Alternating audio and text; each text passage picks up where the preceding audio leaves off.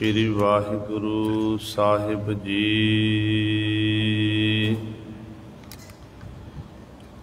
एक ओंकार सतनाम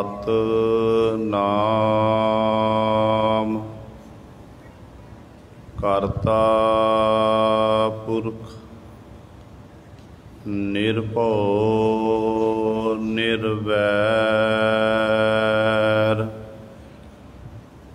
अकाल मूरत अजूनी सैभं गुर प्रसाद। नाहों जति सती नहीं पढ़िया मूरख मुगदा जन्म पया। प्राणवत नानक तिन की सरना जिन तू नाही बिसरिया। जप तप संजम धर्म न कमाया सेवा साध न जानिया हर राया। कहो नानक हम नीच करम्मा शरण परे की राखो शर्मा। बाणी गुरु गुरु है बाणी बिच बाणी अमृत सारे। गुर बाणी कहै सेवक जन मानै परतख गुरु निस्तारे। सो कहो टल गुर सेवियै अहनिस सहज सुभाए। दर्शन परसै गुरु कै जन्म मरण दुख जाए। होवै सिफत खसामदी नूर अरसो कुरसो छटिया। तुद डिठे सच्चे पातशाह मल जन्म जन्म दी कटिया। सज्जन सच्चा पातशाह सिर साहांदै साहो। जिस पास बैठिया सोहिया सबना दा बेसाहो। सतनाम श्री वाहिगुरु साहिब जी। सलोक महला पहला। महल कुचजी मड़बड़ी काली मनहो कसुद। जे गुण होवन ता पिर रवै नानक अवगण मुंद। महल कुचजी मड़बड़ी काली मनहो कसुद। जे गुण होवन ता पिर रवै नानक अवगण मुंद। महला पहला। साच सील सच संजमी सा पूरी परवार। नानक अहनिस सदा भली पिर कै हेत प्यार। पौड़ी अपना आप पछाणिया नाम निधान पाया। किरपा करके आपनी गुर शब्द मिलाया। गुर की बाणी निर्मली हर रस पी आया। हर रस जिनी चाखिया अन रस ठाक रहाया। हर रस पी सदा तृप्त भये। फिर तृष्णा भुख गवाया। गुर की बाणी निर्मली हर रस पी आया। हर रस जिनी चाखिया अन रस ठाक रहाया। हर रस पी सदा तृप्त भये। फिर तृष्णा भुख गवाया।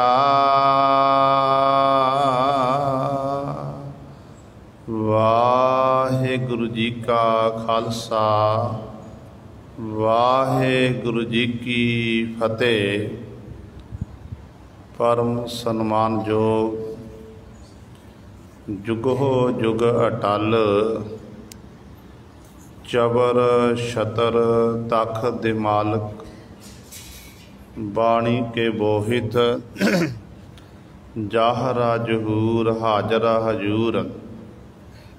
सर्व कला समरथ धन धन साहिब। श्री गुरु ग्रंथ साहिब सच्चे सतगुरु जी दी पावन पवित्र निघी गोद अंदर जुड़ बैठे गुरु रूप गुरु सवारे सत संगी जनों। आपां सारे ही वडभागे हाँ जो दशमेश पिता गुरु कलगीधर सतगुरु अमृत के दाते सर्वंस दानी। धन धन साहिब श्री गुरु गोबिंद सिंह महाराज जी दी चरण छो धरती महान पवित्र अस्थान गुरुद्वारा मंजी साहिब आलमगीर विखे अमृत वेले तो हाजरियां भर के सत संगत करके सतगुरु महाराज जी दियां खुशियां प्राप्त कर रहे हो। साहिबां दे पावन दरबार दे विच अमृत वेले तो सजे हुए दीवाना विच आप जी ने हुणे ही गुरु घर दे कीर्तनियां पासों श्री आसा जी की वार दे कीर्तन श्रवण कीते हैं। सुआओ गुरु सवारियो समा है जो चल रही लड़ीवार गुरबाणी की कथा मारू राग दे विचों आप संगतां श्रवण करदियां आ रहीआं हन। मारू राग दी जो पहली वार है, पहली वार दा आप जी ने 5वां सलोक पौड़ी दे सहित श्रवण किया है। आओ अपनियां मन बिरतियां एकाग्र करिए, ध्यान गुरु चरणों नाल जोड़िए ते गुरु महाराज जी दे पावन उपदेश नूं हिरदियां विच बसा के अपना जीवन सफला करिए। विचार आरंभ करन तो पहला करो सारे अपनी रसना नूं पवित्र ते उचारण करो जी सतनाम श्री वाहिगुरु साहिब जी। श्लोक महला पहला। महल कुचजी मड़बड़ी काली मनहो कसुद्ध।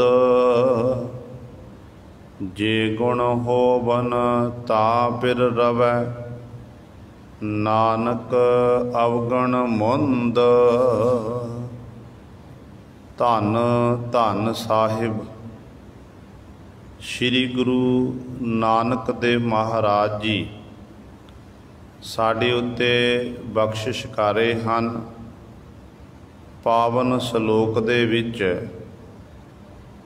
ਉਸ ਜੀਵ ਇਸਤਰੀ ਦੀ ਪਾਤਸ਼ਾਹ ਜੀ ਗੱਲ ਕਰਦੇ ਨੇ, ਜਿਹੜੀ ਜੀਵ ਇਸਤਰੀ ਮੈਲੀ ਹੈ, ਕੁਚੱਜੀ ਹੈ, ਜਿਸ ਜੀਵ ਇਸਤਰੀ ਦੇ ਮਨ ਦੇ ਵਿੱਚ ਆਪਣੇ ਪਤੀ ਪਰਮੇਸ਼ਰ ਦੇ ਪ੍ਰਤੀ ਪ੍ਰੇਮ ਨਹੀਂ ਹੈ, ਪ੍ਰੇਮ ਤੋਂ ਵਿਹੂਣੀ ਹੈ, ਆਪਣੇ ਮਾਲਕ ਨੂੰ ਪ੍ਰੇਮ ਨਹੀਂ ਕਰਦੀ।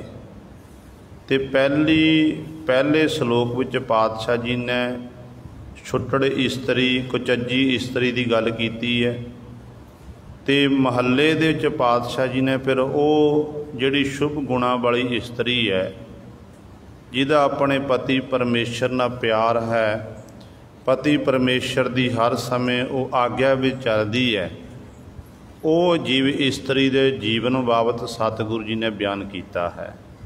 ਸੁਰੰਭਤਾ ਵਿੱਚ ਪਾਤਸ਼ਾਹ ਜੀ ਵਚਨ ਕਰਦੇ ਹਨ ਕਿ ਮਹਿਲ ਕੁਚੱਜੀ ਮੜ ਬੜੀ, ਕਾਲਹੁ ਕਾਲੀ ਮਨਹੁ ਕਸੁੱਧ।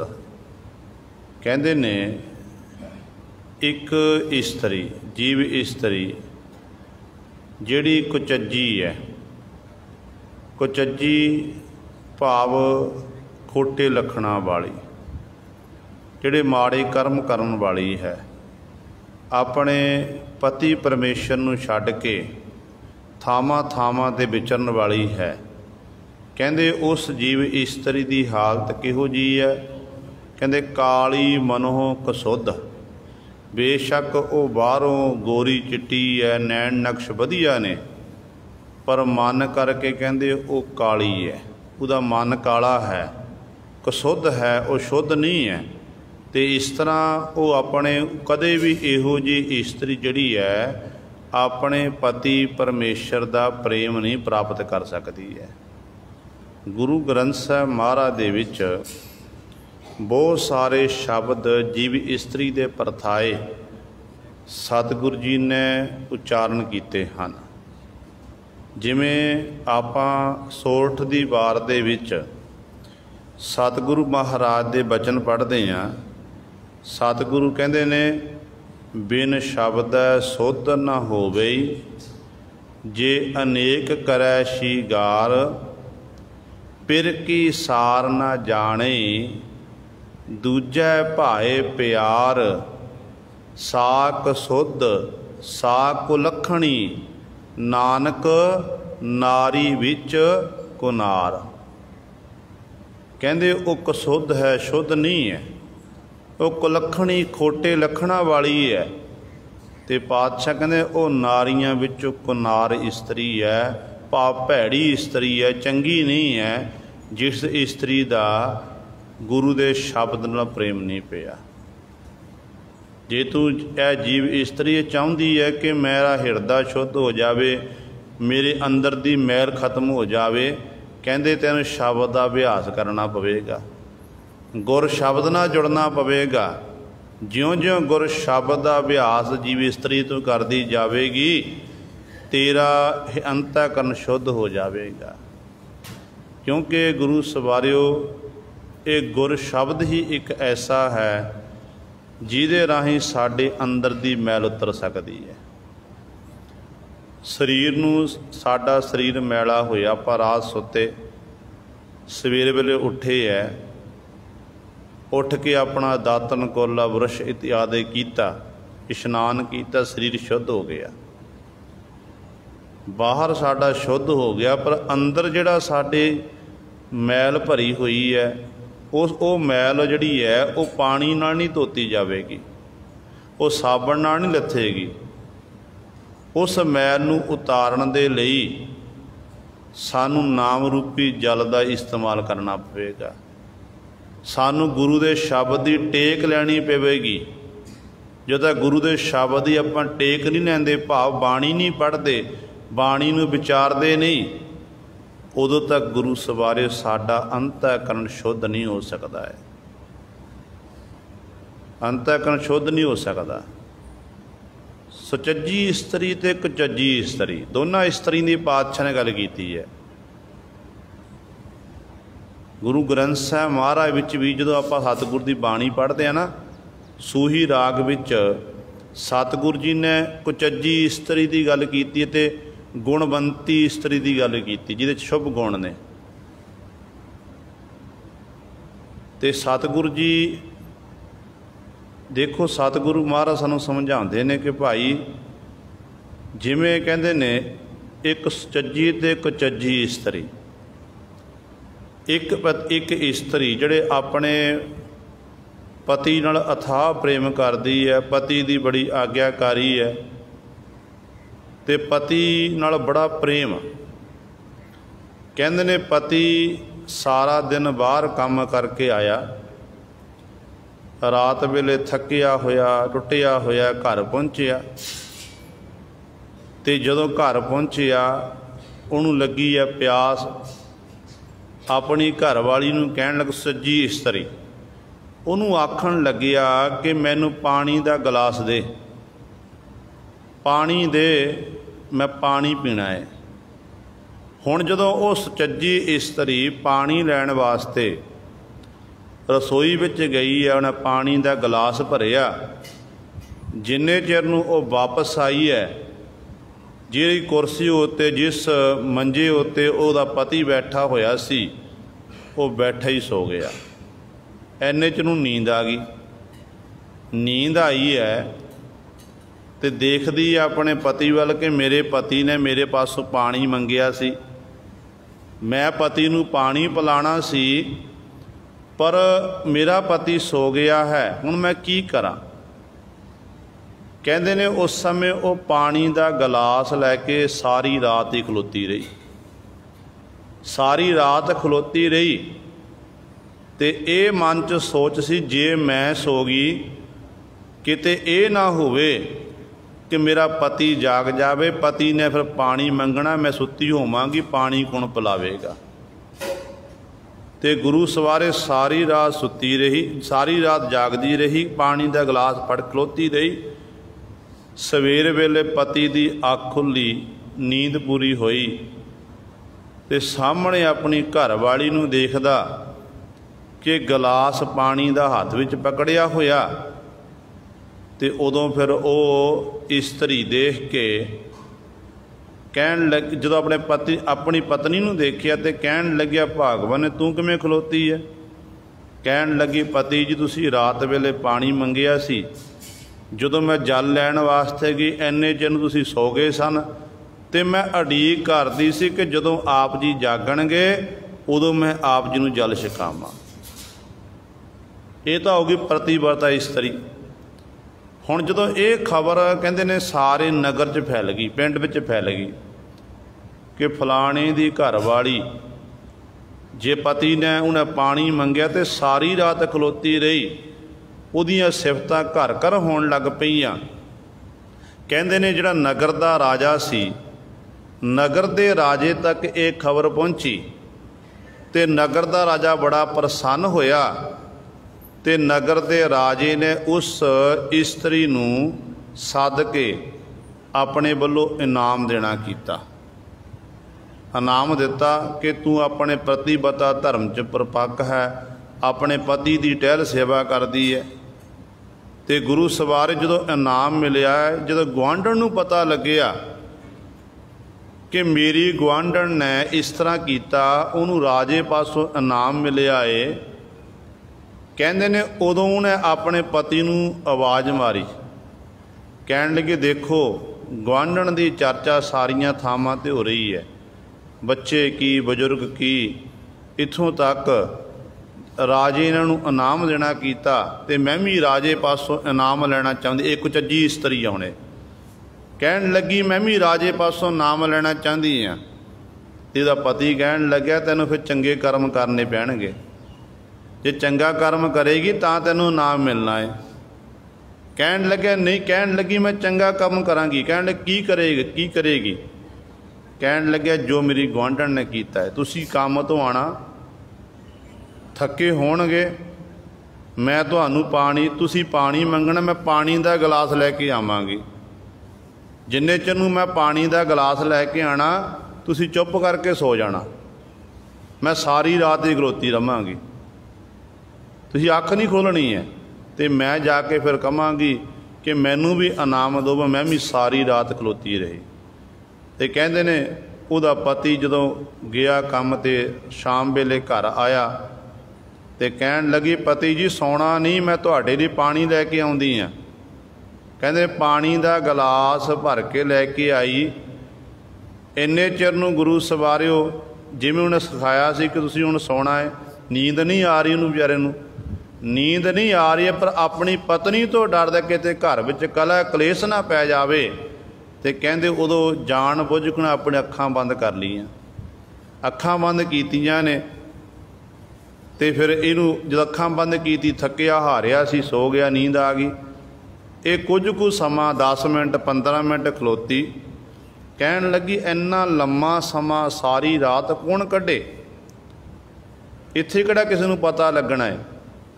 मैं हुण सो जांदी हाँ, अपने पति तो उठण तो पहला मैं उठ के खलो जावांगी ते आखांगी कि पति जी मैं सारी रात जागदी रही, सारी रात जागदी रही तुहाडू जल छकाउण वास्ते। ते गुरु सवारे उस समय कहंदे ये सुत्ती गूढ़ी नींद दे विच इन नींद आई ते इहदा पति पहला उठे, उन्हें इशनान इत्याद कीता ते ये सुत्ती रह गई, सुत्ती रह गई। ते अपने पति नूं आखदी है कि देख हुण तैं बाहर जाके ये रोला पाना है कि मेरी पत्नी सारी रात पानी का गिलास लै खलोती रही, ये खबर फिर राजे तक पहुँचेगी तो राजे पासों मैनू फिर इनाम प्राप्त मिलेगा, जे मेरी गुआंढण नूं इनाम मिलिया है। तो गुरु सवारे हुण पति अपने पत्नी तो डरदा कहन लग्या कि भागवाने तू तो 15 मिनट भी नहीं सुत खलोती, मैं जान बुझ के सुता पिया सी, मैं सब कुछ जानदा सी, 15 मिनट तू खलोती है, उस तो बाद सारी रात सुती रही, तो पहला मैं उठी हाँ। ये झूठ दे पैर नहीं होंदे, हाँ झूठ दे जे पाज उगड़ गया तो राजे पास सानूं सज़ा भी मिल सकती है। पर जदों त्रीआ हठ अगे वो मनुख झुकिया, राजे तक खबर पहुँची है, राजे ने अपने महलों भी सद्दिया। जदों राजे ने गल्लां बातां कीतियां ते गुरु सारे जिहड़े उन्हें इहदियां गल्लां बातां तो ही पहचान लिया कि ये झूठ बोल रही है। राजा कहन लग्या कि तू झूठ बोलदी है, सारी तू इनाम लैण लालच बस हो के इनाम लैण वास्ते तू अपने पति नूं सिखा के मेरे कोल लैके आई है, मैं तैनूं हुणे जेल दे विच पावांगा। जदों कैद खाने की गल कीती उदों हाथ जोड़ के माफ़ी मंगण लग पई। तो इसे प्रकार गुरु सवारिओ परमेश्वर रूपी जिहड़ा राजा है, परमेश्वर रूपी जिहड़ा राजा है, जिहड़ियां जीव इस्त्रियां अपने पति परमेश्वर की टहल सेवा करदियां हन, फिर वो मालक दे दर ते प्रवान हुंदियां ने।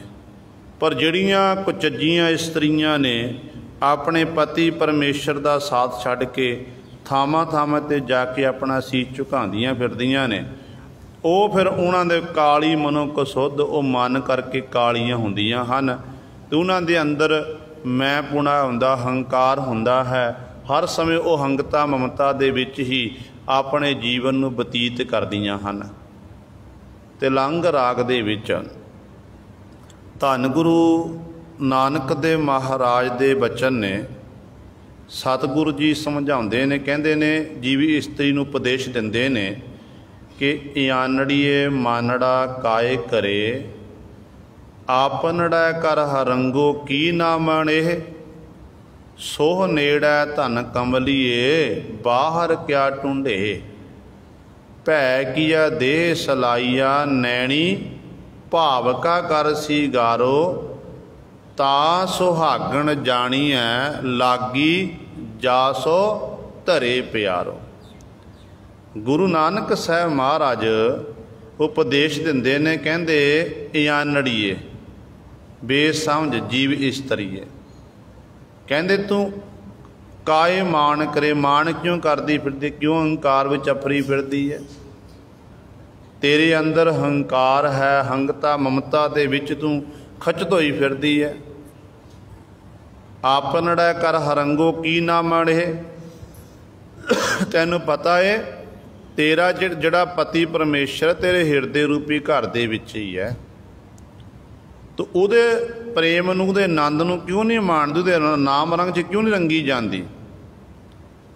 ਸੌ ਨੇੜਾ ਧਨ ਕਮਲੀਏ ਬਾਹਰ ਕਿਆ ਟੁੰਡੇ। ਕਹਿੰਦੇ ਹੇ ਕਮਲੀਏ ਝੱਲੀਏ ਇਸਤਰੀਏ, ਤੇਰਾ ਸ਼ੌਹ ਤੇਰਾ ਪਤੀ ਪਰਮੇਸ਼ਰ ਤੇਰੇ ਨੇੜੇ ਹੈ ਬਿਲਕੁਲ, ਤੂੰ ਬਾਹਰ ਕੀ ਲੱਭਦੀ ਫਿਰਦੀ। ਕਦੇ ਜੰਗਲਾਂ ਵਿੱਚ ਚਲੇਗੀ, ਕਦੇ ਪਹਾੜ ਪਰਬਤ ਵਾਸੀ ਬਣ ਗਈ, ਕਦੇ ਤੀਰਥ ਵਾਸੀ ਬਣ ਗਈ, ਇਸ ਤਰ੍ਹਾਂ ਥਾਵਾਂ ਥਾਵਾਂ ਦੇ ਭਟਕਦੀ ਰਹੀ। ਕਹਿੰਦੇ ਉਹ ਤੈਨੂੰ ਤੇਰਾ ਪਤੀ ਮਿਲਿਆ ਨਹੀਂ। ਤੇਰਾ ਸ਼ੌਹ ਤੇਰਾ ਪਤੀ ਤੇਰੇ ਬਿਲਕੁਲ ਨੇੜੇ ਹੈ, ਤੂੰ ਆਪਣੇ ਅੰਦਰੋਂ ਦੇਖਣਾ ਕਰ। ਸੋਹ ਨੇੜਾ ਧਨ ਕਮਲੀਏ ਬਾਹਰ ਕਿਆ ਟੁੰਡੇ। ਕਹਿੰਦੇ ਫਿਰ ਉਸ ਮਾਲਕ ਨੂੰ ਦੇਖਣ ਵਾਸਤੇ ਉਹ ਨੇਤਰ ਕਿਹੜੇ ਨੇ ਜਿਹਦੇ ਰਾਹੀਂ ਉਹ ਮਾਲਕ ਪਤੀ ਪਰਮੇਸ਼ਰ ਦੇਖਿਆ ਜਾਵੇ।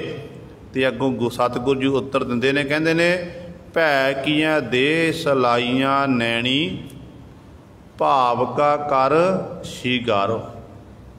ਤਾਂ ਸੁਹਾਗਣ ਜਾਣੀਐ ਲਾਗੀ ਜਾ ਸ਼ੋਹ ਧਰੇ ਪਿਆਰੋ।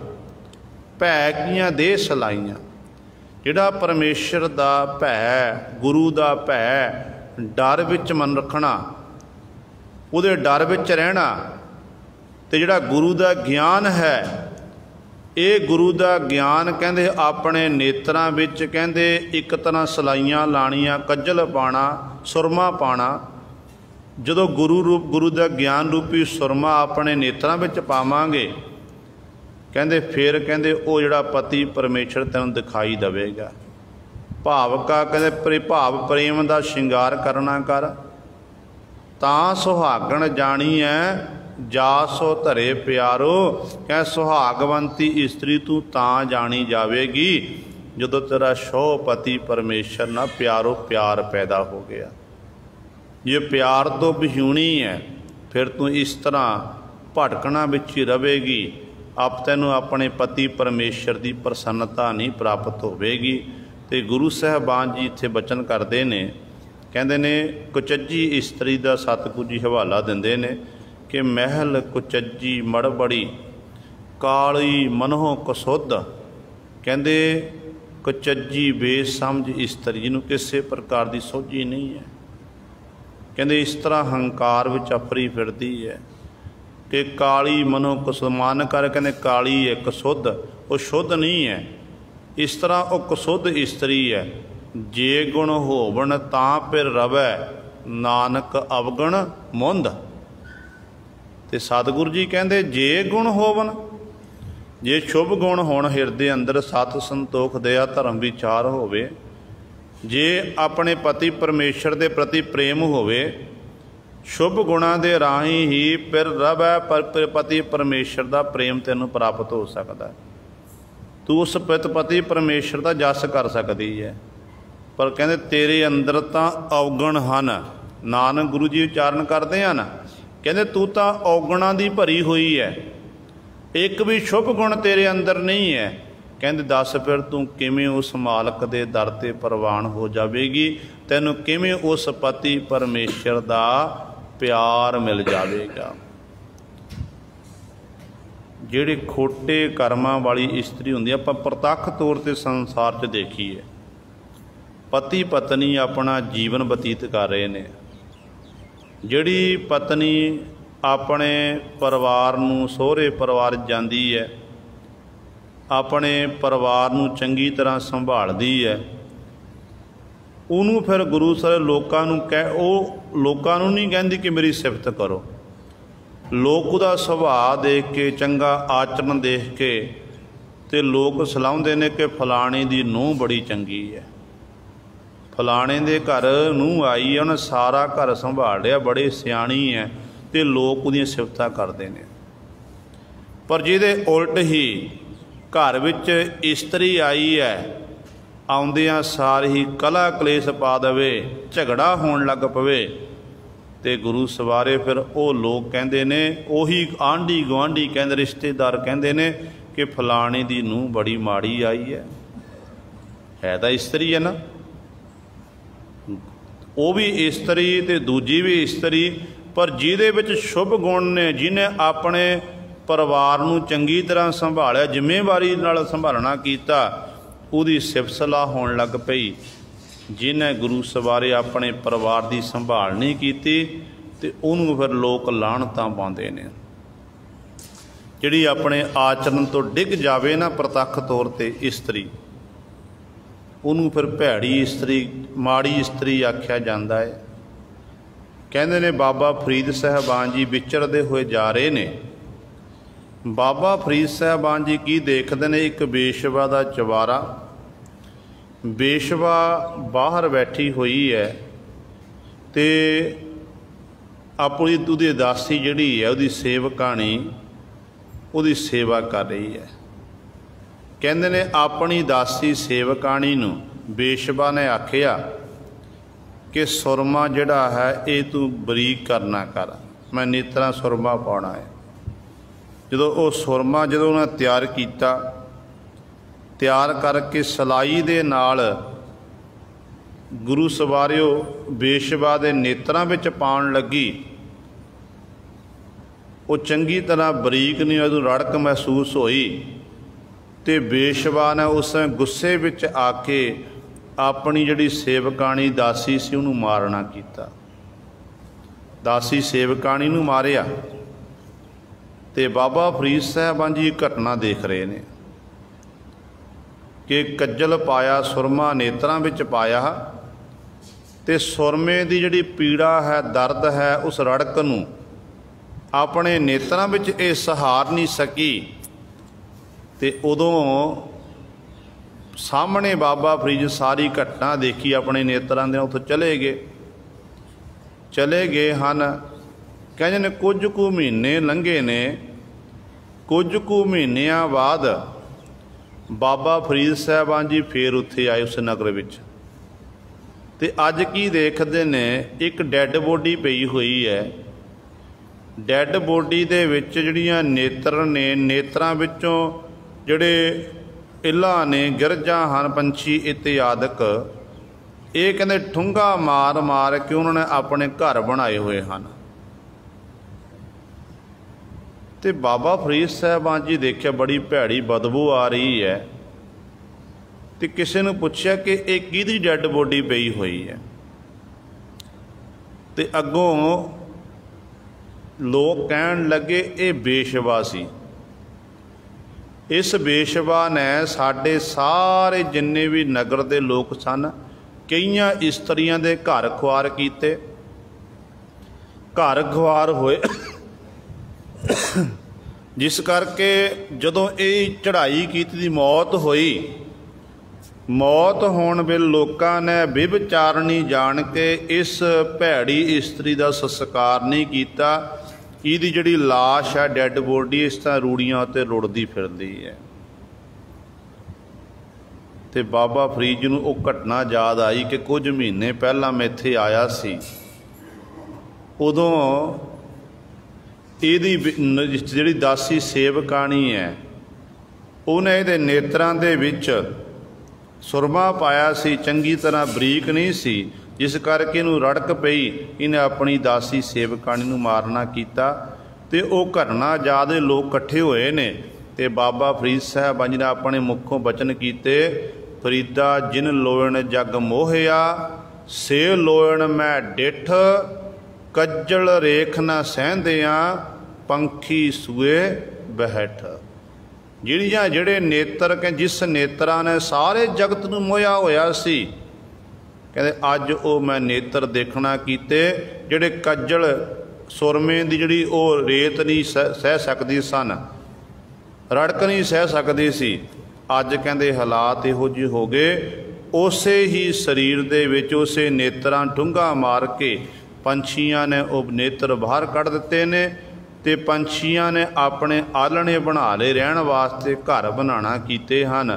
ते गुरु सवारियो इस तरह छुट्टड़ इस्त्री की हालत इहो जी हो जाती है जिहड़ी अपने आचरण तो डिग जाती है। तो सतगुरु महाराज बचन करते हैं, कहते भाई जड़ियाँ जे गुण होवन तां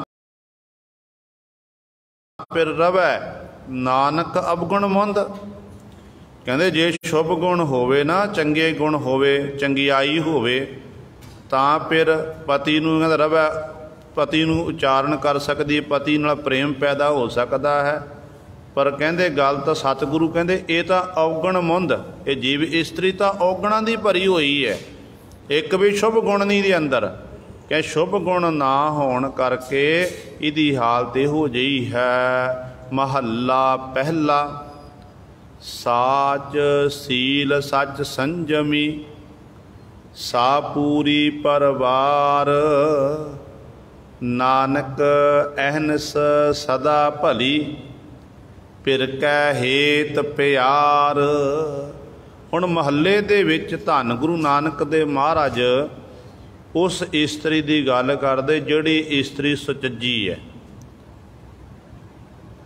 ਸੁਚੱਜੀ ਇਸਤਰੀ ਜਿਹਦੇ ਅੰਦਰ ਸ਼ੁਭ ਗੁਣ ਨੇ, ਜਿਹੜੇ ਆਪਣੀ ਪਤੀ ਪਰਮੇਸ਼ਰ ਦੀ ਟਹਿਲ ਸੇਵਾ ਕਰਦੀ ਹੈ, ਉਹਦਾ ਸੁਭਾਅ ਸਤਿਗੁਰੂ ਬਿਆਨ ਕਰਦੇ ਨੇ, ਕਹਿੰਦੇ ਉਹ ਸੱਚੀ ਹੈ। ਸਾਚ ਸੀਲ ਸੱਚ ਸੰਜਮ, ਸੱਚ ਉੱਤੇ ਪਹਿਰਾ ਦੇਣ ਵਾਲੀ, ਸੀਲ ਧਰਮ ਵਿੱਚ ਪਰਪੱਕ ਹੈ ਅਤੇ ਸੰਜਮ ਰੱਖਣ ਵਾਲੀ ਹੈ, ਅਤੇ ਆਪਣੇ ਪਰਿਵਾਰ ਨੂੰ ਸੰਭਾਲਣ ਵਾਲੀ ਹੈ, ਆਪਣੇ ਪਰਿਵਾਰ ਦੀ ਸੰਭਾਲ ਕਰਦੀ ਹੈ। ਕਹਿੰਦੇ ਜਿਹੜੀ ਇਸ ਤਰ੍ਹਾਂ ਸਭ ਕੁਝ ਇਹ ਸੰਭਾਲਦੀ ਹੈ, ਉਹ ਜੀਵ ਇਸਤਰੀ ਕਿਹੋ ਜਿਹੀ ਹੈ? ਸਤਿਗੁਰੂ ਕਹਿੰਦੇ ਨਾਨਕ ਅਹਨਸ ਸਦਾ ਭਲੀ। ਨਾਨਕ ਗੁਰੂ ਜੀ ਉਚਾਰਨ ਅਹਨਸ ਕਿ ਦਿਨ ਰਾਤ ਉਹ ਪਰਮੇਸ਼ਰ ਦਾ ਜਸ ਕਰਦੀ ਹੈ, ਆਪਣੇ ਪਤੀ ਦਾ ਪ੍ਰੇਮ ਕਰਦੀ ਹੈ। ਪਤੀ ਪਰਮੇਸ਼ਰ ਨਾਲ ਪ੍ਰੇਮ ਕਰਨ ਕਰਕੇ ਉਹਦਾ ਜਿਹੜਾ ਦਿਨ ਰਾਤ ਕਹਿੰਦੇ ਉਸ ਮਾਲਕ ਨੂੰ, ਪਤੀ ਨੂੰ ਯਾਦ ਕਰਦੀ ਹੈ। ਪਿਰ ਕੈ ਹੇਤ ਪਿਆਰ, ਆਪਣੇ ਪਤੀ ਦੇ ਲਈ ਦਿਨ ਰਾਤ ਉਹਦੇ ਹਿਰਦੇ ਅੰਦਰ ਪਿਆਰ ਵੱਧਦਾ ਜਾਂਦਾ ਹੈ, ਉਹ ਪਿਆਰ ਵੱਧਦਾ ਜਾਂਦਾ, ਜਿਸ ਕਰਕੇ ਫਿਰ ਗੁਰੂ ਸਵਾਰਿਓ ਉਹ ਇਸਤਰੀ ਫਿਰ ਸ਼ੁਭ ਗੁਣਾਂ ਵਾਲੀ ਇਸਤਰੀ ਸਤਿਗੁਰ ਦੇ ਦਰ 'ਤੇ ਪ੍ਰਵਾਨ ਹੁੰਦੀ ਹੈ। ਪੌੜੀ। ਆਪਣਾ ਆਪ ਪਛਾਣਿਆ, ਨਾਮ ਨਿਧਾਨ ਪਾਇਆ।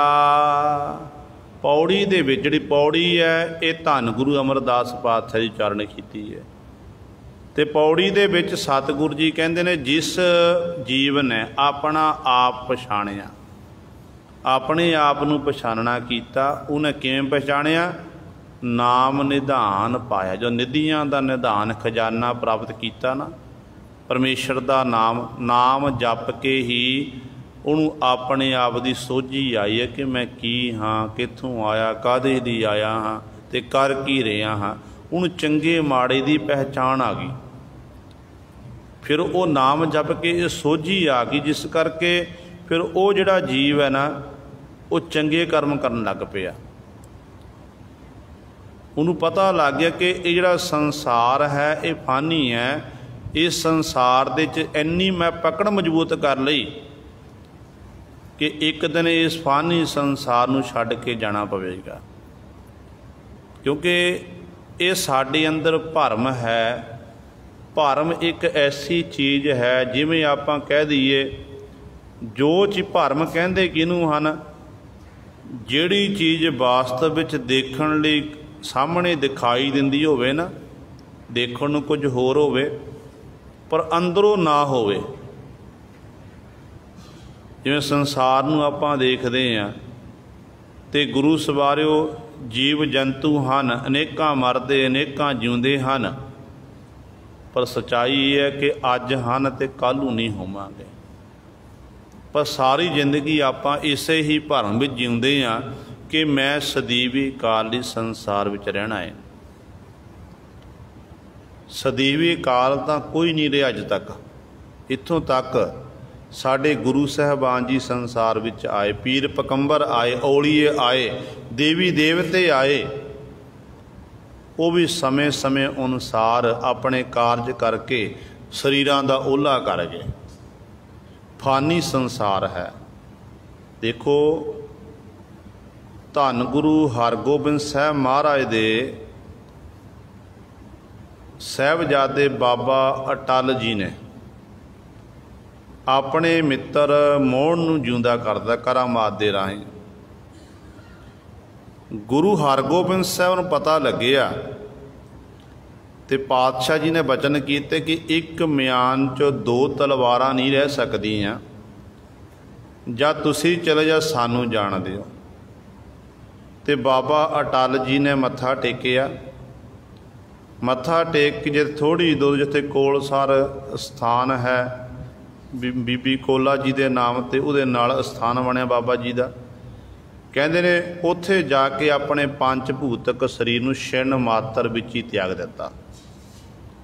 ਪੰਜ ਭੂਤਕ ਸਰੀਰ ਨੂੰ ਤਿਆਗਿਆ ਤੇ ਸਤਿਗੁਰ ਨੂੰ ਪਤਾ ਲੱਗਿਆ। ਸਤਿਗੁਰ ਜੀ ਨੇ ਆਪਣੇ ਹੱਥੀਂ ਆਪਣੇ ਪੁੱਤਰ ਦਾ, ਸਾਹਿਬਜ਼ਾਦੇ ਦਾ ਸੰਸਕਾਰ ਕੀਤਾ।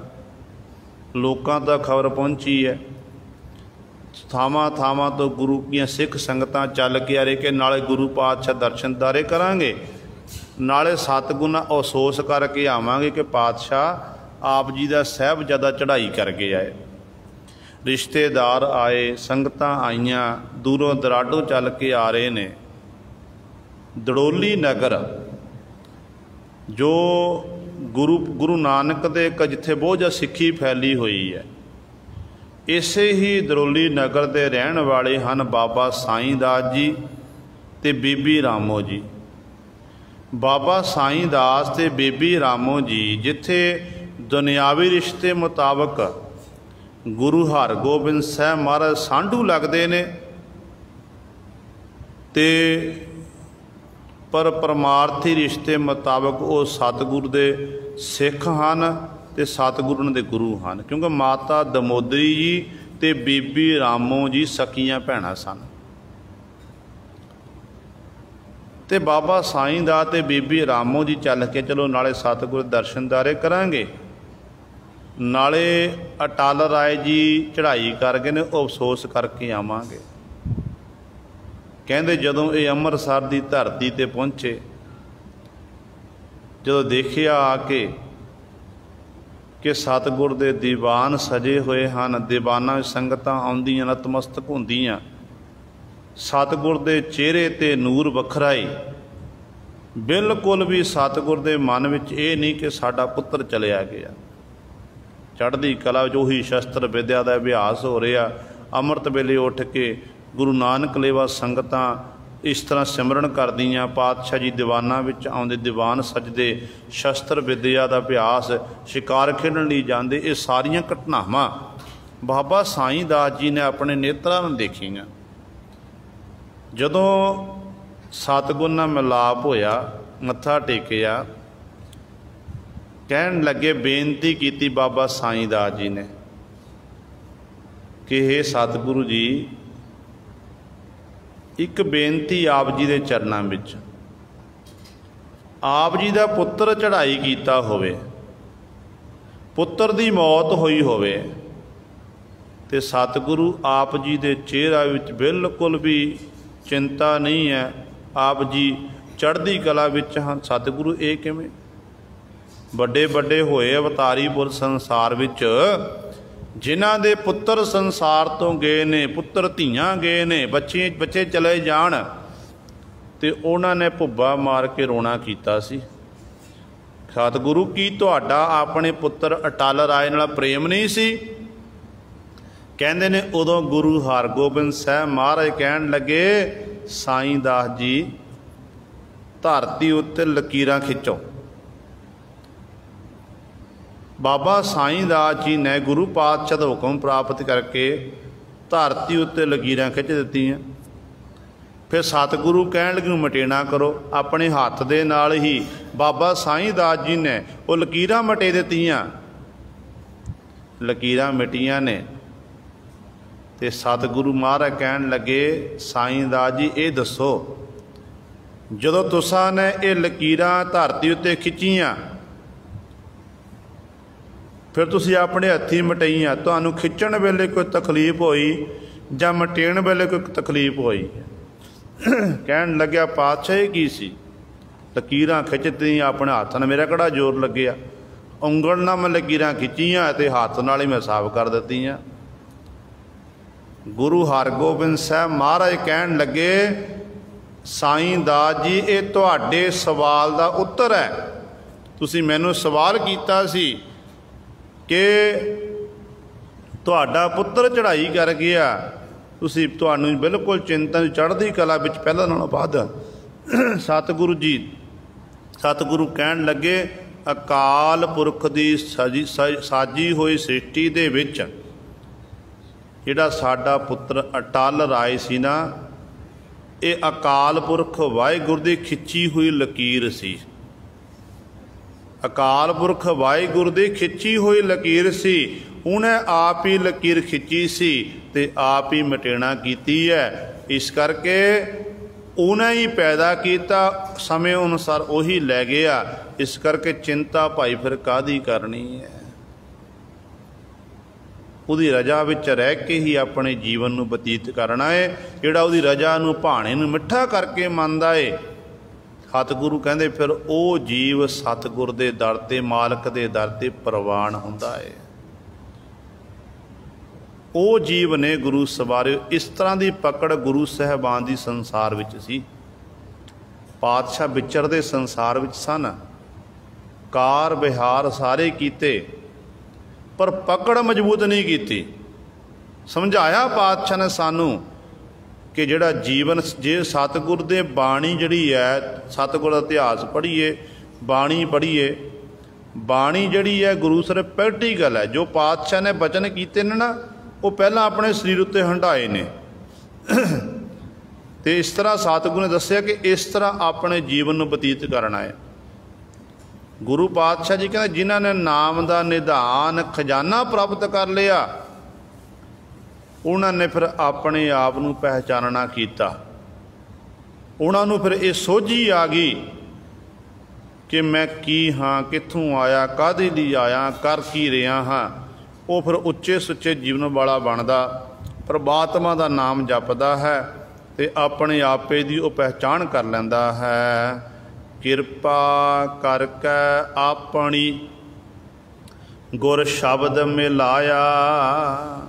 ਜਿਹੜੇ ਨਾਮ ਜਪਦੇ ਨੇ, ਆਪਣੇ ਬੰਦੇ ਖੋਜ ਦਿਲ ਹਰ ਰੋਜ਼, ਨਾ ਫਿਰ ਪਰੇਸ਼ਾਨੀ ਮਾਹੇ, ਇਹੋ ਜਿਹੀ ਦੁਨੀਆ ਸਿਹਰ ਮੇਲਾ, ਦਸਤਗੀਰੀ ਨਾਹੇ। ਜਿਹਨੂੰ ਇਸ ਗੱਲ ਦੀ ਸੋਝੀ ਆ ਜਾਂਦੀ ਹੈ, ਆਪਣੇ ਆਪ ਦੀ ਖੋਜ ਕਰਦੇ ਨੇ, ਤੇ ਸਤਿਗੁਰੂ ਕਹਿੰਦੇ ਫਿਰ ਉਹਨਾਂ ਉੱਤੇ ਮਾਲਕ ਵਾਹਿਗੁਰੂ ਆਪਣੀ ਕਿਰਪਾ ਕਰਦਾ ਹੈ, ਰਹਿਮਤ ਕਰਦਾ, ਬਖਸ਼ਿਸ਼ ਕਰਦਾ। ਉਹਨਾਂ ਨੂੰ ਫਿਰ ਗੁਰ ਸ਼ਬਦ ਮਿਲਾਇਆ, ਗੁਰੂ ਦੇ ਸ਼ਬਦ ਨਾਲ ਮਿਲਾ ਦਿੰਦਾ, ਜੋੜ ਦਿੰਦਾ ਹੈ।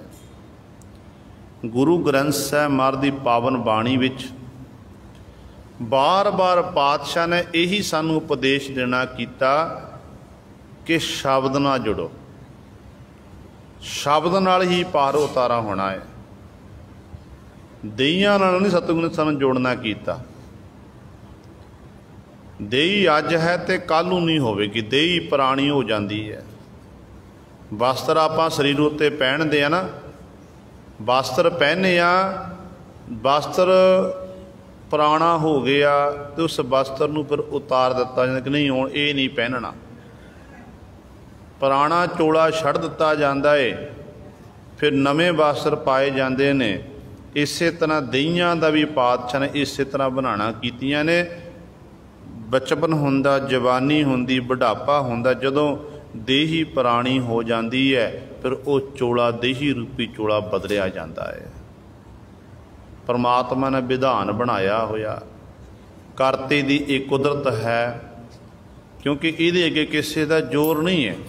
ਆਪਾਂ ਸਤਿਗੁਰ ਦੇ ਬਚਨ ਰੋਜ਼ਾਨਾ ਪੜ੍ਹਦੇ ਹਾਂ ਨਾ ਕਿ ਜ਼ੋਰ ਨਾ ਜੀਵਨ ਮਰਨ ਹੈ ਜ਼ੋਰ। ਨਾ ਆਪਾਂ ਜੀ ਸਕਦੇ ਹਾਂ ਆਪਣੇ ਜ਼ੋਰ ਦੇ ਰਾਹੀਂ, ਨਾ ਹੀ ਗੁਰੂ ਸਾਹਿਬ ਮਰ ਸਕਦੇ ਹਾਂ। ਮਾਰਦਾ ਵੀ ਉਹੀ ਹੈ ਤੇ ਜੀਵਤ ਵੀ ਉਹੀ ਰੱਖਦਾ ਹੈ। ਜਿਹਨਾਂ ਜਿਉਂਦਿਆਂ ਜੀ ਆਪਣੇ ਸਵਾਸਾਂ ਰੂਪੀ ਪੂੰਜੀ ਦੇ ਰਾਹੀਂ ਉਸ ਮਾਲਕ ਦੀ ਇਬਾਦਤ ਕਰ ਲਈ, ਸ਼ਬਦ ਨਾਲ ਜੁੜ ਗਏ ਆ, ਸ਼ਬਦ ਦਾ ਅਭਿਆਸ ਕਰਨ ਲੱਗ ਪਏ ਆ, ਉਹਨਾਂ ਦਾ ਫਿਰ ਜੀਵਨ ਸਫਲਾ ਹੋ ਜਾਂਦਾ ਹੈ। ਉਹ ਫਿਰ ਜੀਵ ਜਿਹੜੇ ਜੰਮਣ ਮਰਨ ਤੋਂ ਰਹਿਤ ਹੁੰਦੇ ਹਨ। ਤੇ ਸਤਿਗੁਰੂ ਕਹਿੰਦੇ ਨੇ ਪਰ ਉਹ ਉਹੀ ਜੀਵ ਹੁੰਦੇ ਹਨ ਜਿਨ੍ਹਾਂ ਉੱਤੇ ਮਾਲਕ ਵਾਹਿਗੁਰੂ ਨੇ ਆਪਣੀ ਕਿਰਪਾ ਕੀਤੀ ਹੈ।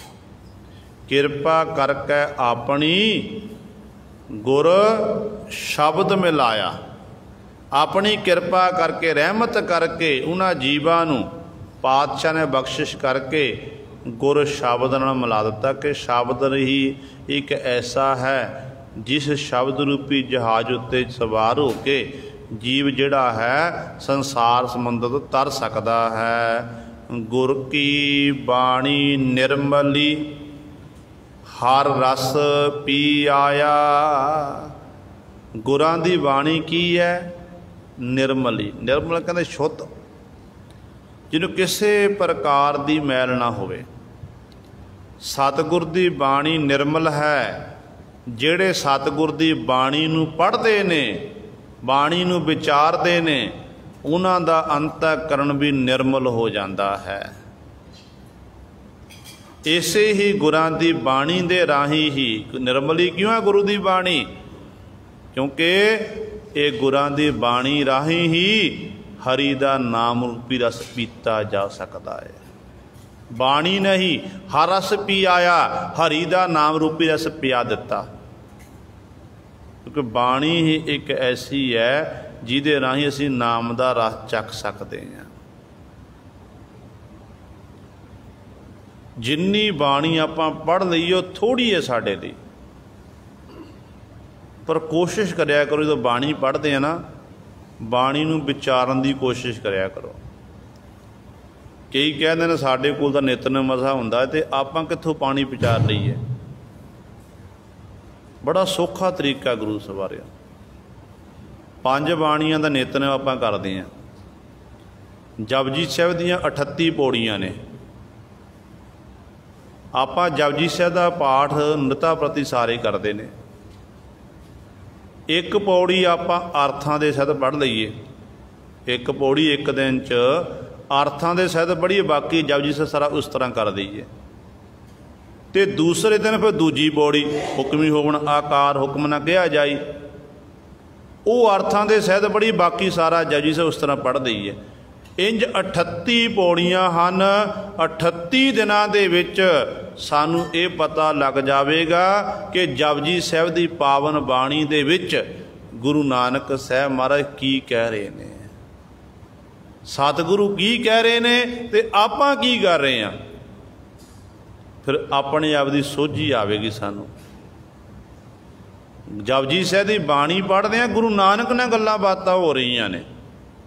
क्योंकि असल में जी जपजी साहिब की पावन बाणी है ना, जो गुरु नानक पातशाह की सिद्ध पुरुषों नाल विचार होंदी सी ना, सिद्ध पुरुषों के परथाए सतगुरां दी बाणी जिथे सिद्ध गोष्ठ बाणी उच्चारण की, बहुत सारे शब्द जपजी साहिब विच हन जिहड़े सतगुर ने सिद्ध पुरुषों के परथाए उच्चारण करके सारी लुकाई नूं उपदेश बख्शिश किया। जोगी पुरुषों के जिवें सतगुरु कहते हैं किव सचियारा होई है, किव कूड़ा टुट्या भला, ये जोगी पुरुष ही सवाल करते हैं। तो पातशाह कहते हुक्म रजाई चलना नानक लिखिया नाल। फिर जोगी पुरुषों ने अपने कन्नां दी मुंदरां दी गल कीती है, अपनी खिंथा गोदड़ी की गल की है।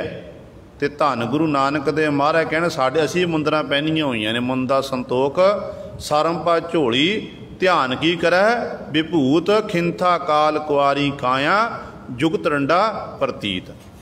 हुण जदों आपां अर्थां दे पढ़ते जावांगे तो सानू पता लगे कि गुरु नानक पातशाह महाराज सानू ये उपदेश दे रहे हैं। जो सानू भाषा का ज्ञान ही नहीं गुरु सवारियो, भाषा आपां बोलते जा रहे हैं पर सानू दा ज्ञान नहीं है, भाषा का अर्थां का पता नहीं, तो सानू सोझी किवें आवेगी। इस तरीके नाल आपां जपजी साहिब की पावन बाणी के अर्थ पढ़ सकते हैं। फिर इस तरह 5 बाणी नित ने आपां निता प्रति इस तरह कर सकते हैं। सो सतगुरु जी बचन करते हैं, कहते भाई गुरां दी बाणी की है? गुरां दी बाणी निर्मली है, निर्मल करन वाली है, शुद्ध है। इस गुरां दी बाणी दे राही ही हर रस पी आया। हरि दा नाम रूपी रस इस गुरां दी बाणी ने ही प्याणा कीता है। हर रस जिन्नी चाखिया अन रस ठाक रहाया। हुण सतगुरु अगली पंक्ति बख्शिश करते हैं, कहते जिन्हां जीवां ने, जिन्हां गुरमुखां प्यारियां ने हरि दा नाम रूपी रस चख लिया। जिन्हों नाम का रस आ गया, नाम का स्वाद आ गया। कहते फिर अन रस ठाक रहाया। नाम विच इन्नी ताकत, उस रस विच इन्नी ताकत है, जिहड़े अन रस होर रस कस ने ना उन्होंने ठाक रहाया। ये सतगुर दे नाम का रस जिहड़ा है उन्होंने रोक के रख दिंदा है। वो फिर ये हावी नहीं हो सकते। विषय विकारां दा रस इत्यादक ये हावी नहीं हो सकते हैं। हर रस पी सदा तृपत भय, फिर तृष्णा भुख गवाया। सतगुरु जी अखीरली पंक्ति च बख्शिश करते हैं, कहते हर रस पी, जिन्हों ने हरि का नाम रूपी रस पीता वो फिर कैसे हो गए, सदा तृपत पे, वो सदीवी काली तृपत हो गए। उन्होंने फिर विकारां की भुख नहीं लगती, विषयां की भुख नहीं लगती। उन्होंने तो साचे नाम की लागै भूख, उत भूखै खाए चलीए दुख। वो तो हर समय नाम की ही भुख उन्हें लगती है। वो नाम बाणी का अभ्यास करते हैं, नाम ही जपते ने, तो पातशाह कहते वो तृप्त हो जाते हैं। फिर तृष्णा भुख गवाया। जिथे तृप्त होंदे ने उत्थे सतगुरु जी मेहर करके किरपा करके उन्हां दे अंदर जिहड़ी तृष्णा की भुख है, विकारां की भुख है, ये सतगुरु गवाया खत्म कर दिंदे हैं। उहो जे जिहड़े जीव हैं फिर सतगुरु दर ते प्रवान होंदे हैं। उन्हां दा संसार विच आया सफला हो जाता है, उन्हां दा लोक पलोक सवर जाता है। ये गुरु सवारियो पातशाह जी ने साडे उत्ते बख्शिश कीती है। गुरु साहिबान की किरपा सदका 5